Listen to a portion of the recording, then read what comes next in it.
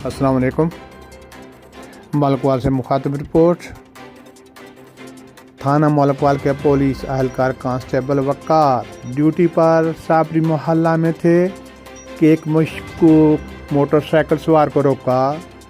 Motorcycle सवार ने police पर फायरिंग कर दी, जिससे कांस्टेबल वकार शदीद ज़ख्मी हो गया और ज़ख्मी हालत में रेस्क्यू किया गया। THQ मलकवाल डॉक्टर्स ने मंडी बहाउद्दीन THQ रेफ़र कर दिया, जबकि DHQ डॉक्टर ने शदीद ज़ख्मी हालत में कांस्टेबल वकार को अजीज़ भट्टी अस्पताल गुजरात रेफ़र किया। कांस्टेबल वकार की हालत अब तसल्ली बख्श है।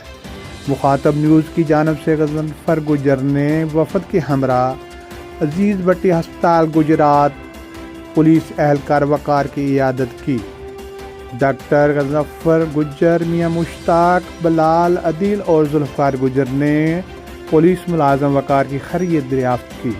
कांस्टेबल वकार ने बताया, DPO ज़िला मंडी बहाउद्दीन रज़ा सफ्तर काज़मी और दीगर पुलिस ने भरपूर तावन किया है और हौसला अफजाई भी की है।